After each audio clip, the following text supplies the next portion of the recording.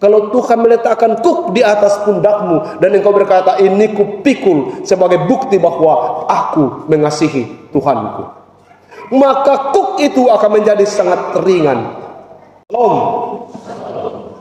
Belajar memikul kuk. Belajar memikul kuk. Itu judul dari renungan kita di hari ini. Kuk adalah palang kayu atau sebuah jepitan vertikal yang biasanya menyatukan binatang seperti sapi. Pasti kita tahu ini karena kita orang-orang kampung. Itu kuk.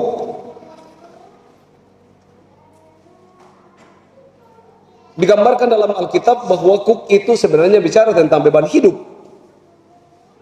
dan kesukaran hidup, tetapi juga bicara tentang kesetiaan dan ketaatan.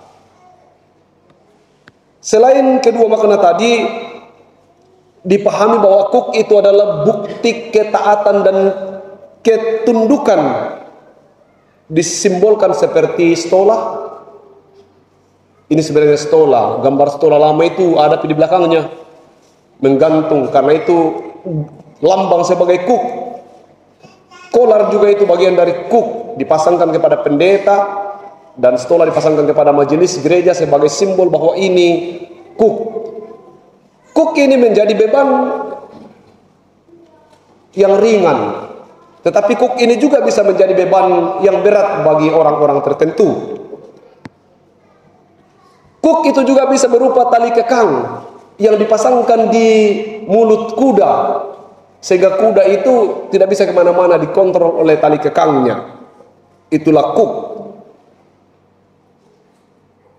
Sekali lagi bahwa kuk itu adalah simbol ketaatan bagi orang percaya. Apakah kuk itu artinya beban? Ya, beban. Beban. Kuk itu beban. Lalu kenapa Yesus berkata bahwa kuk ini enak dan ringan? Di mana ada beban yang enak dan ringan? Yesus saja yang berkata seperti itu. Kok ada beban yang ringan? Tidak ada kuk atau beban yang ringan. Tapi bagaimana Yesus berkata bahwa kuk dan beban yang dia berikan itu adalah kuk dan beban yang ringan? Kita bisa membandingkannya dengan Filipi pasal 4 ayat 13. Segala perkara dapat kutanggung di dalam Dia yang memberi kekuatan kepadaku.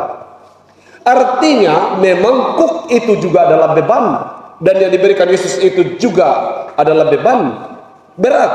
Tetapi bagaimana kita bisa memikulnya? Ketika kita berkata bahwa segala perkara dapat kutanggung di dalam Dia yang memberi kekuatan kepadaku.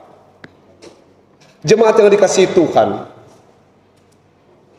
kuk itu hanya mungkin dipikul seseorang yang punya cinta atau punya rasa kasih.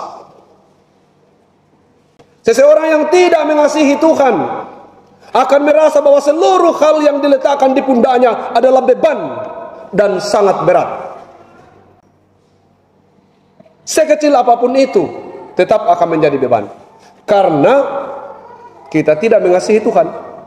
Sedikit saja hal yang dipercayakan kepada kita, Anda harus mengerjakan ini.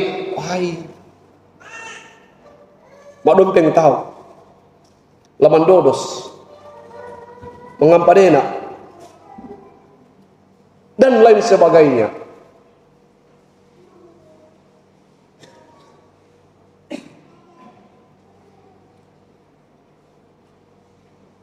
Jemaat yang dikasihi Tuhan, bagaimana kita mengetahui bahwa kuk yang Tuhan berikan atau Yesus berikan itu adalah enak dan ringan?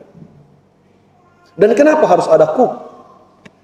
Perjanjian Lama di Kejadian berkata bahwa semua yang diciptakan Tuhan itu baik, dan Tuhan selalu melakukan hal yang disebut dengan providensia. Pemeliharaan Allah itu berlanjut. Allah bersama dengan kita dalam proses memikul beban itu. Kenapa harus ada kuk?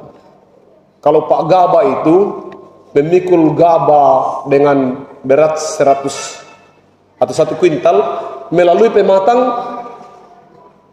dia akan fokus dan tidak akan pernah melihat apa yang terjadi di sekelilingnya.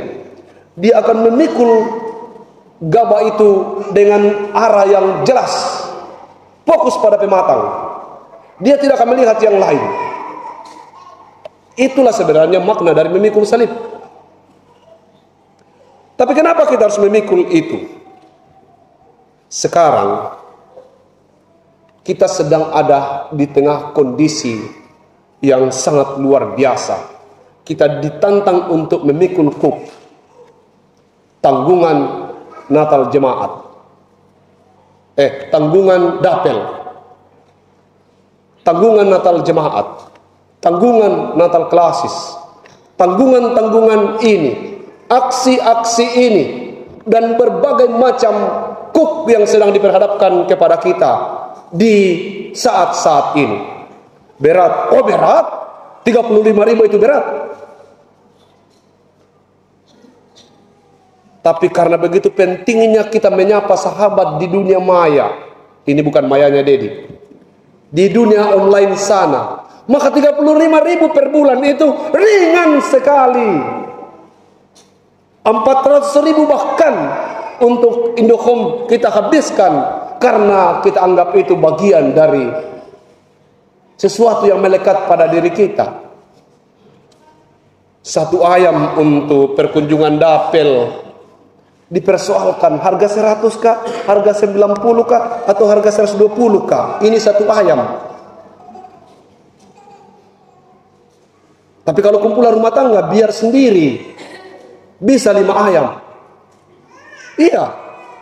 Kalau dikunjungi secara pribadi di perkunjungan Natal tahun ini, sendiri pun bisa kasih makan majelis. Dan tidak pernah bertanya, aduh, kenapa ya? Tidak. Bahkan kita pasti upayakan lebih dari yang kita bisa. Kenapa? Karena lebih tinggi harga diri daripada harga dapel.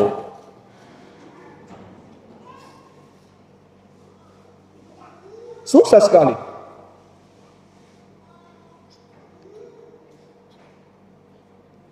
Sendiri kita bisa kasih menikah anak kita dengan nominal berapa? Sendiri. Puluhan juta bisa kita sendiri, dan kita melakukannya dengan begitu bahagia. Segala cara kita kerjakan dan tidak pernah menjadi beban.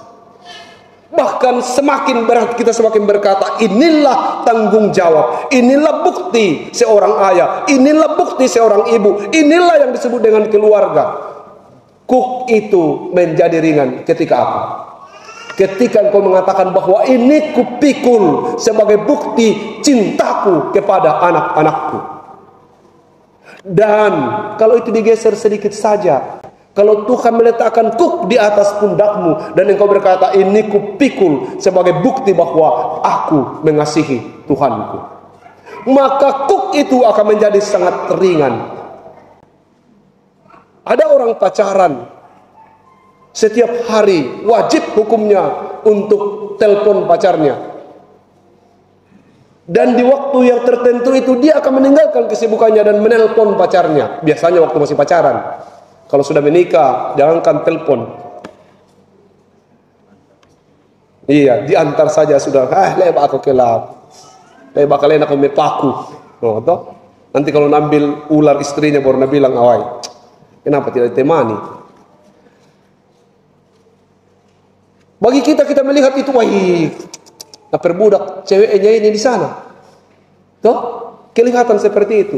Tapi bagi dia, itu tidak ada apa-apanya. Itu semakin dia aktif tepat waktu menelponnya, maka semakin dia sedang menunjukkan betapa aku mencintainya. Kalau sampai hari ini ibadah hari Minggu masih belum bisa selesai 1 jam lalu pulang, itu bagimu ibadah hari Minggu masih kuk. Kebaktian rumah tangga betapa sulitnya engkau datang karena kau merasa ini masih kuk. Masih kuk bukanlah bagian dari ungkapan, oh Pak Kamasena Dewata.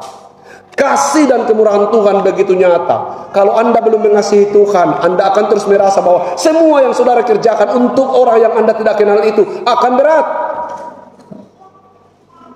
Semua yang kita lakukan untuk orang yang tidak kita kenal itu berat. Tapi semua yang kita lakukan untuk orang yang kita rasa begitu mengasihi kita dan kita kasihi akan sangat ringan. Kalau masih berat hatimu, dia bilang, datang muka, ada mau di perwakilan, jemput ma. Masih bilang, tapi anu, putus kok. Berat itu anu. Tapi kalau saya bilang di poloh muka, sudah langsung dibenteng, ringan sekali.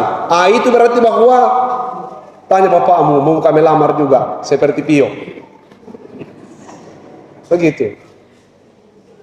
Kalau semua sudah engkau pahami bahwa semua yang kau lakukan itu adalah bagian dari cinta, maka percaya saja semua akan ringan.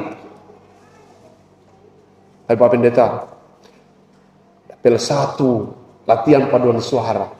Belum bagi selesai latihan paduan suara PL1, ada juga namaku di Natal Klasis. Masuk di paduan suara, masuk lagi di vocal group, masih mempoli kah, masih ini kah, bagaimana? Pikul sebagai kuk yang dari Tuhan, maka engkau pasti bahagia. Tapi kalau engkau melihatnya sebagai sebuah beban, jangankan paduan suara, hal-hal lain sehubungan dengan itu pun engkau tidak akan pernah mampu melakukannya. Tapi kalau engkau menyebutnya bahwa ini adalah bukti cinta saya kepada Tuhan, maka apapun itu engkau pasti melakukannya.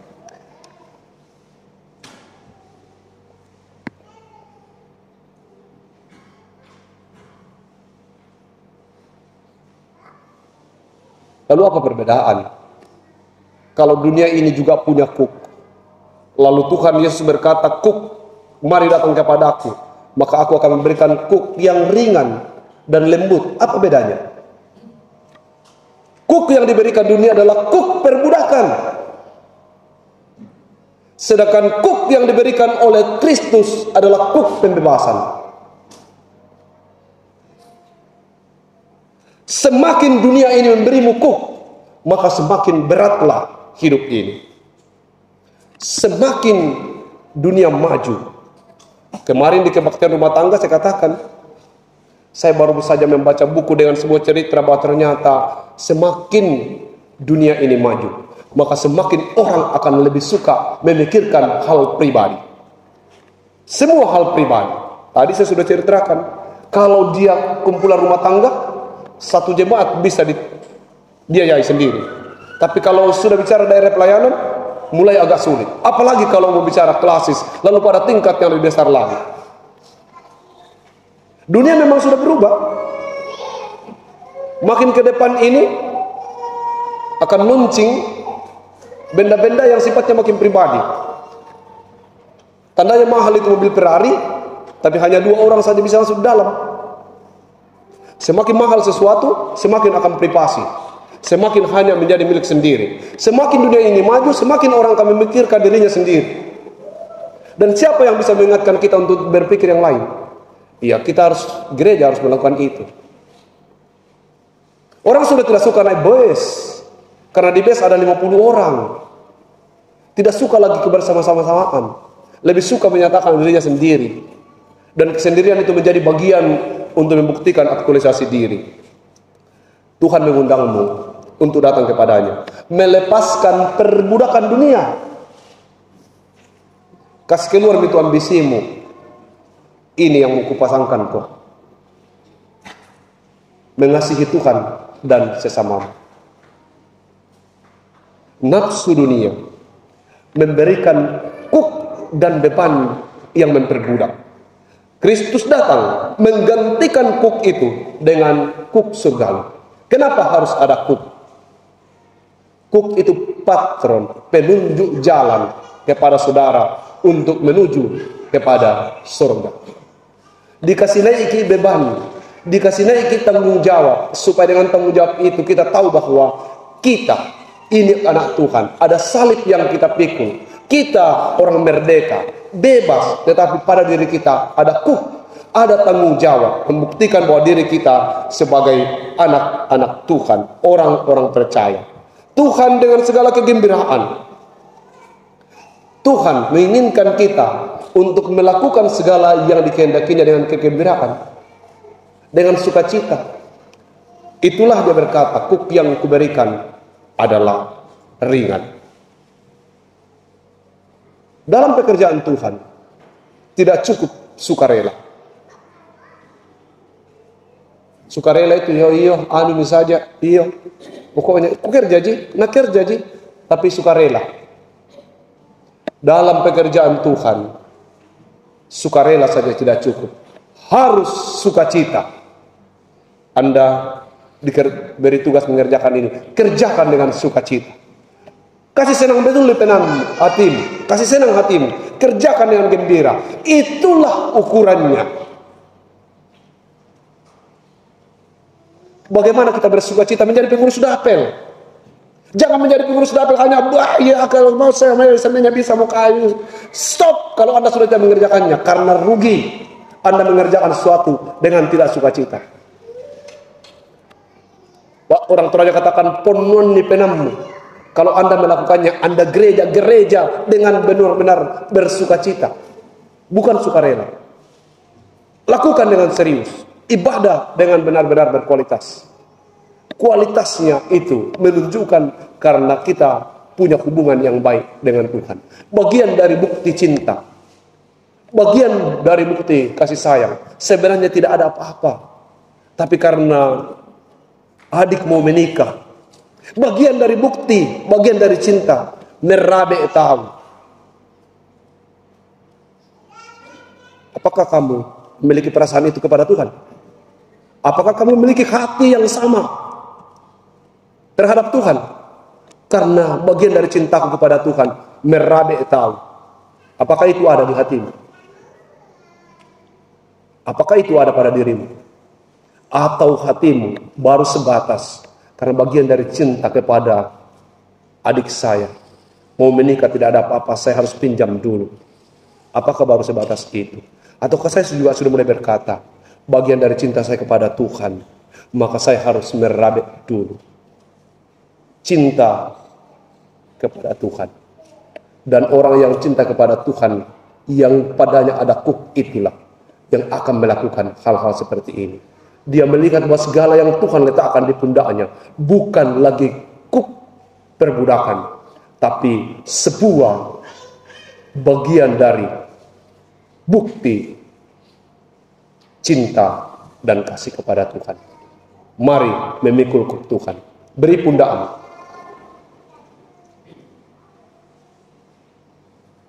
Katakan kepada Tuhan, aku siap menerima kuk itu dengan segala sukacita, karena aku tahu Tuhan lebih dahulu memikul kuk yang lebih besar dari yang kupikul sekarang ini.